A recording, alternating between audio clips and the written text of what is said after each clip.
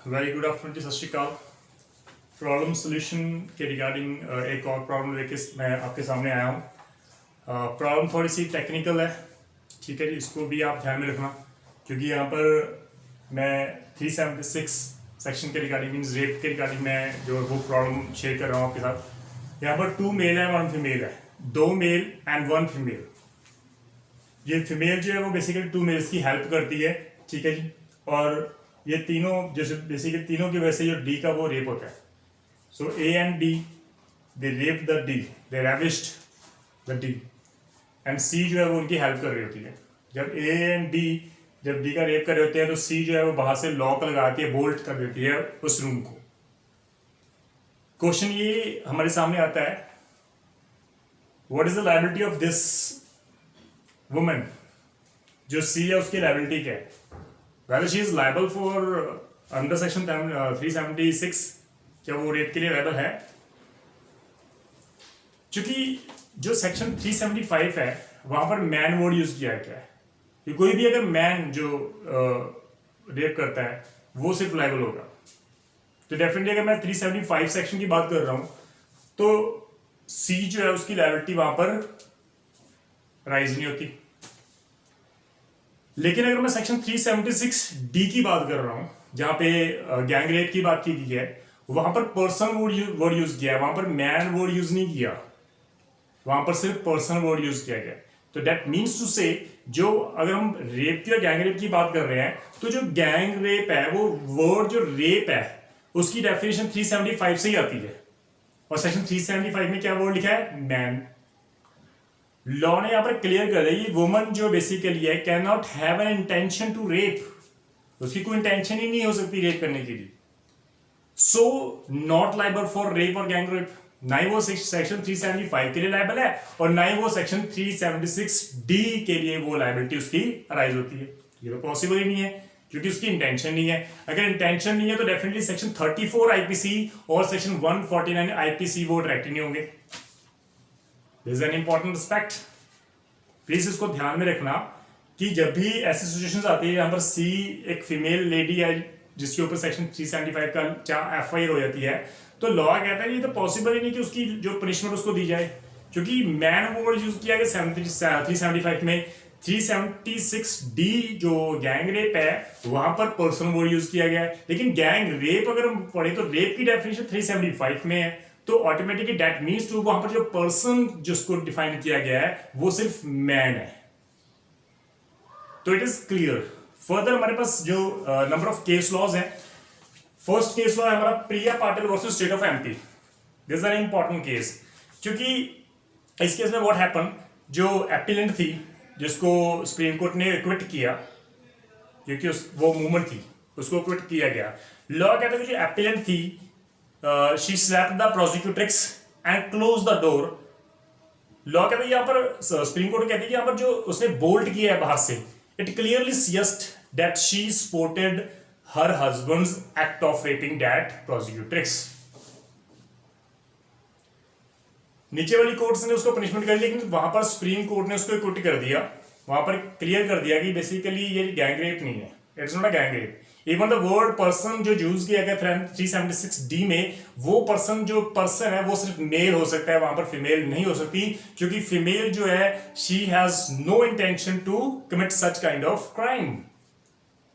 ये क्लियर है वहां पर, ठीक है जी। तो ये पार्ट जो Priya Patil versus state of MP का है, ये 2006 में डिसाइड किया गया है, 6 volume supreme court cases 263 page number, और ये डिसीजन की डेट है 12 जुलाई 2006 को इसका डिसीजन आया था। तो यहाँ पर प्रिया पाटिल में जो है उसको बाहर निकाल दिया वुमन को और उसको क्विट कर दिया था, ये इंपॉर्टेंट है। Then another case state of Meena Devi. This is an important case क्योंकि ये 2006 में डिसाइड होता है और ये 2007 में डिसाइड होता है।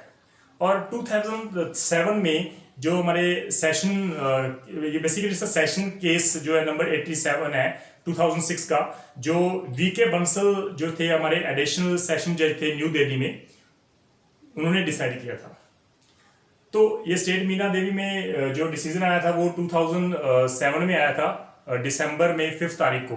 तो वहां पर मीना जो देवी थी वो उसको कन्विक्ट किया गया था under section 342 376 read with section 109 of IPC, that is abatement 109। जैसे आपने अबैटमेंट की थी वैसे उन्होंने एक्ट किया, and the act means that act is according to your abetment, इसलिए 109 जो है वो अट्रैक्ट होता है। तो लॉ कहता है कि बेसिकली इस केस में मीना की देवी ने जो हमारे एडिशनल सेक्शन जो थे, दैट इज मिस्टर वी के बंसल साहिब जो हमारे थे, उन्होंने इस मीना देवी को कन्विक्शन दी थी सेक्शन 342, मीन बाहर से लॉक बोल्ट कर दिया था उसने भी, bolting the door from outside the accused did not allow the prosecutrix to leave the room, क्योंकि वो बाहर से बंद था तो प्रोसिक्यूटर बाहर आ नहीं सकती थी। सो उन्होंने जो मीना देवी थी जो उन्होंने दैट मींस उनको कन्फाइन कर दिया था उसमें, इसी सेक्शन 342 भी अट्रैक्ट होता है हमारे लिए। तो ये लॉ कहता है कि basically does facilitate the abetment of commission of crime of rape, Meena Devi ने एड की थी उसको, राइट। तो लॉ कहता है कि बेसिकली इसलिए वहां पर 342 ऑफ आईपीसी 376 रेड विद 109, इसमें उनकी पनिशमेंट दी गई थी। Another case state versus Shivdayal का केस है। शिवदयाल के केस में भी जो एमपी हाई कोर्ट थी उनकी ओपिनियन थी कि जो ये this is an different case, बिल्कुल डिफरेंट केस है, लेकिन ये इंपॉर्टेंट है। मध्य प्रदेश हाई कोर्ट ने यहां पर अपनी ओपिनियन दी थी कि that the modesty of a woman can be outraged by another woman, एक वुमन दूसरी वुमन की जो मोडेस्टी वो आउटरेज कर सकती है। इस केस में डिसीजन हुआ था। Then we another case state of Monika alias Rita Singh and others. इस लास्ट केस में जो basically this is a special fast track court जो द्वारका में थी न्यू दिल्ली में, उनको वहां पर 16 दिसंबर 2013 को ये डिसीजन आया था, क्योंकि जो 16 दिसंबर 2000 को जब ये जो डिसीजन आया था वहां पर जो कोर्ट थी हमारी स्पेशल कोर्ट जो फास्ट ट्रैक थी, वहां पर उन्होंने मोनिका को कन्विक्शन दी थी 109 रेड विद सेक्शन 376 में, मींस अबैटमेंट के रिगार्डिंग। तो सेक्शन 376 और 109 में जो पनिशमेंट है वो सेम है, क्योंकि 109 क्या क्लियर कट कह रहा है कि वहां पर स्पेसिफिकली जो पनिशमेंट प्रिस्क्राइब नहीं की गई, तो लॉ कहता है जो 376 की पनिशमेंट है वो सेम होगी।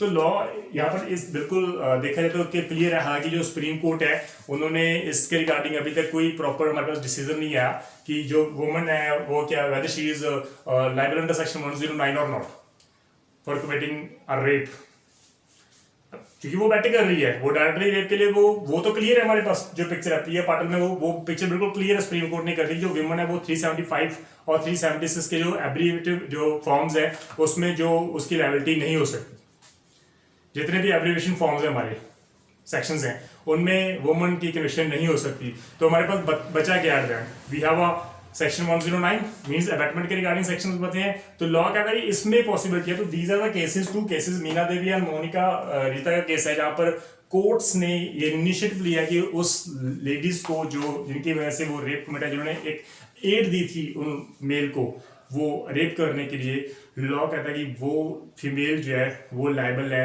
Under 109 section of IPC read with section 376। तो this is an important thing. Further important ये है कि एक हमारे पास जो पॉक्सो एक्ट है, वो पॉक्सो एक्ट की मैं बात कर रहा हूं, वो सेक्शंस भी आपको ध्यान में रखने पड़ेंगे आपको। तो अगर किसी जो प्रोसिक्यूट्रिक्स है अगर वो माइनर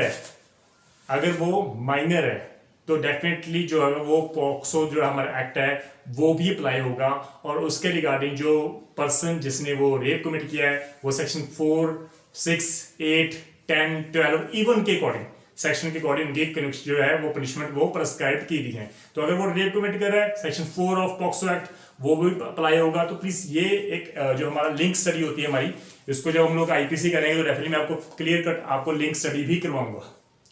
ये तो जस्ट मैं प्रॉब्लम सोल्यूशन के रिगार्डिंग है, ये तो जस्ट सिर्फ प्रॉब्लम बता रहा हूँ आपको, लेकिन जब हम लोग आईपीसी स्टार्ट करेंगे तो मैं आपको प्रॉपर हर सेक्शन के लिंक भी बताऊंगा। अगर वो एक सेक्शन का किसी और एक्ट के साथ लिंक भी हुआ तो वो भी हम लोग आराम से करेंगे, बेफिक्र रहो इस पे। तो आज की सिचुएशन इतनी थी कि वेदर दैट सी क्या उसकी लायबिलिटी है हमारे आईपीसी में या नहीं है, तो प्लीज इसको ध्यान रखना। 109 रेड विद सेक्शन 376 के अंदर these are the cases, Meena Devi and Monika Rita case जिसमें उनको कन्विक्शन की गई है। इसको please keep these situations in mind. ताकि आपको हेल्प हो सके जब आप मेन का पेपर लिखते हो।